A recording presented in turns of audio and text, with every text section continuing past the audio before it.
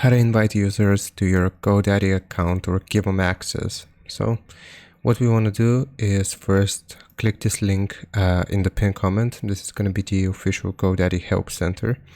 Now, like I said, I'll pin this article here. You will see the first step, go to your GoDaddy Delegate Access page.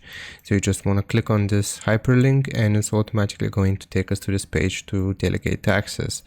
Now you will see two sections, accounts I can access and people who can access my account. So we want to focus on this second section, people who can access my account. We will click on Invite to Access.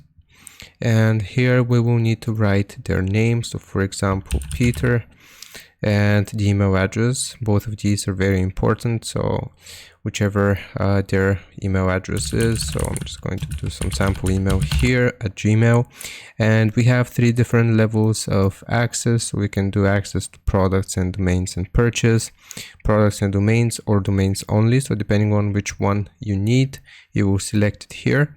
And after we have granted them access, we'll just click on invite and they will receive this invite on the email address which we have input right here in the email section. And that's how you do it. Hope this helps. Leave a like and sub. I'll see you next time.